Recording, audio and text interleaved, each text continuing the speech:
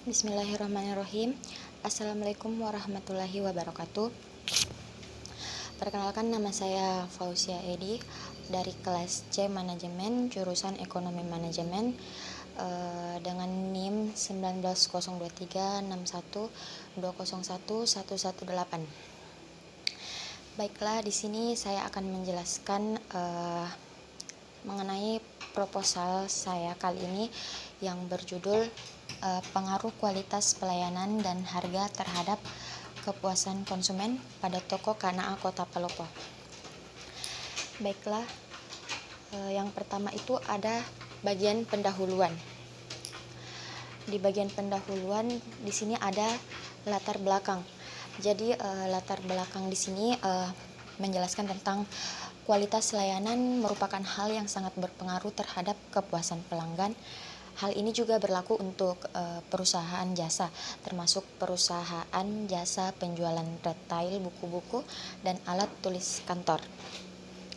Selanjutnya ada rumusan masalah. Jadi di sini rumusan masalahnya ada 3. Yang pertama itu bagaimana pengaruh kualitas pelayanan terhadap kepuasan konsumen pada toko Kanaa Kota Palopo. Yang kedua ada bagaimana pengaruh harga terhadap kepuasan konsumen pada toko Kanaa Kota Palopo. Yang ketiga ada variabel manakah yang paling berpengaruh terhadap kepuasan konsumen pada toko Kanaa Kota Palopo. Selanjutnya di sini ada tujuan penelitian. Jadi tujuan penelitian kita yang pertama itu untuk mengetahui pengaruh kualitas pelayanan terhadap kepuasan konsumen pada toko Kanaa Kota Palopo. Yang kedua, untuk mengetahui pengaruh harga terhadap kepuasan konsumen pada toko Kanaa Kota Palopo. Yang ketiga ada untuk mengetahui variabel yang paling berpengaruh terhadap kepuasan konsumen pada toko Kanaa Kota Palopo. Selanjutnya ada manfaat dari penelitian kita kali ini itu, jadi penelitian ini nantinya diharapkan akan bermanfaat bagi yang pertama itu ada bagi peneliti itu sendiri. Yang kedua ada bermanfaat untuk instansi atau perusahaan yang ditempati meneliti hal itu. Yang selanjutnya itu penelitian terdahulu. Yang pertama itu kita mengambil referensi dari Purnamasari pada tahun 2015 dengan judul penelitian pengaruh kualitas pelayanan dan harga terhadap kepuasan konsumen produk M2 Fashion Online di Singaraja tahun 2015. Yang kedua itu Utami dan Trenggana tahun 2016 dengan judul pengaruh kualitas pelayanan dan harga terhadap kepuasan konsumen pengguna Telkomsel, studi pada mahasiswa Universitas Telkom Bandung.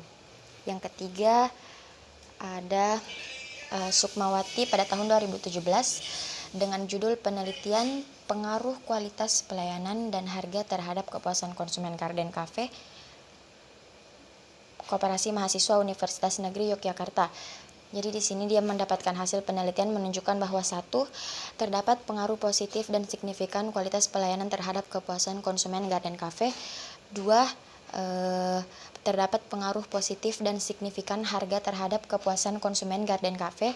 Yang ketiga, terdapat pengaruh positif dan signifikan dari variabel kualitas pelayanan dan harga secara bersama-sama terhadap kepuasan konsumen Garden Cafe.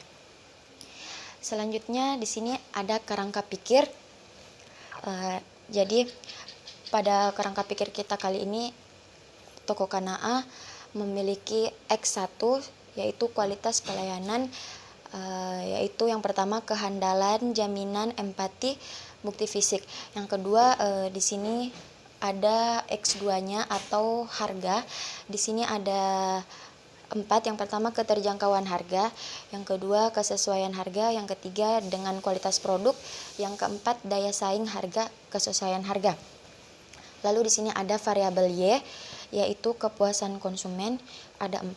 Yang pertama, kepuasan pelanggan keseluruhan, konfirmasi harapan. 3, minat pembelian ulang. Yang keempat, kesediaan untuk merekomendasi. Lalu yang terakhir di sini ada rekomendasi. Di sini toko Kanaa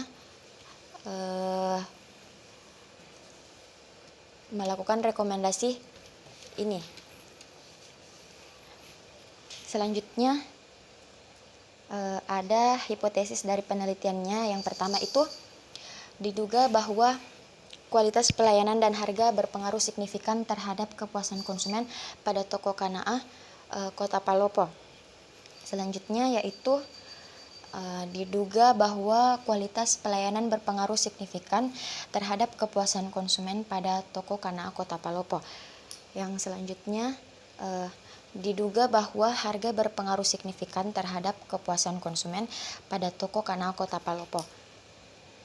Selanjutnya ada metode pengumpulan data atau cara peneliti mengumpulkan data-data untuk hasil.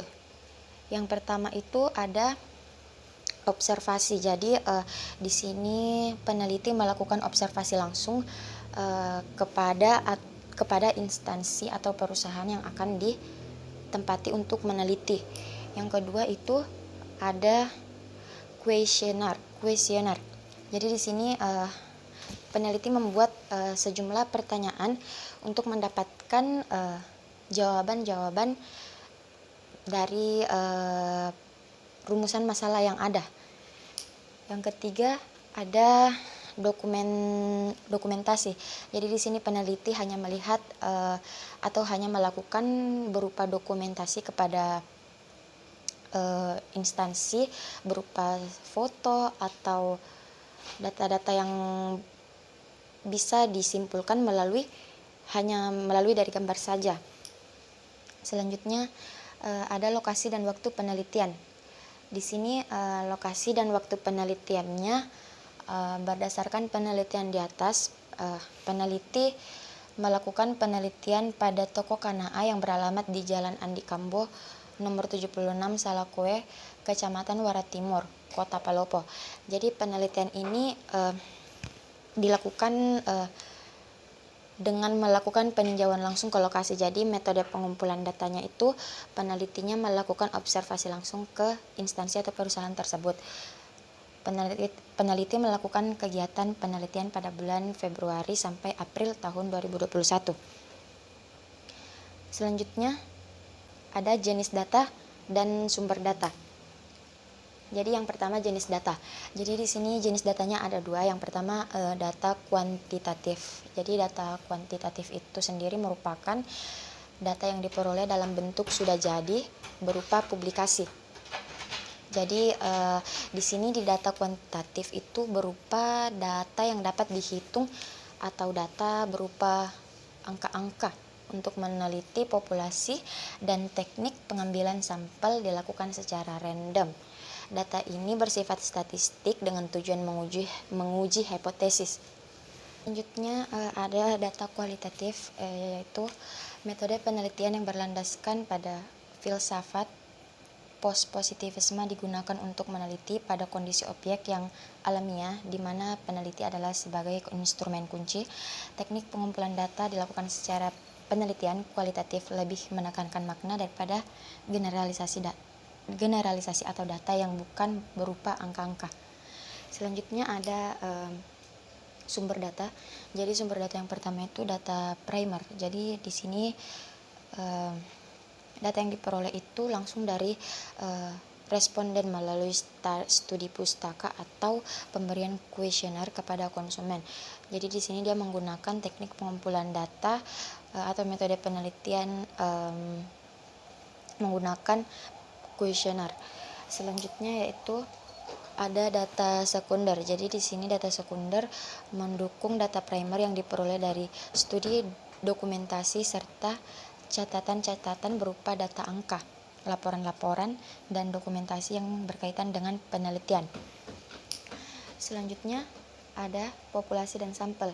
Jadi populasi itu sendiri merupakan wilayah generalisasi yang terdiri atas objek atau subjek yang mempunyai kualitas dan karakteristik tertentu yang ditetapkan oleh peneliti untuk dipelajari dan kemudian ditarik kesimpulannya.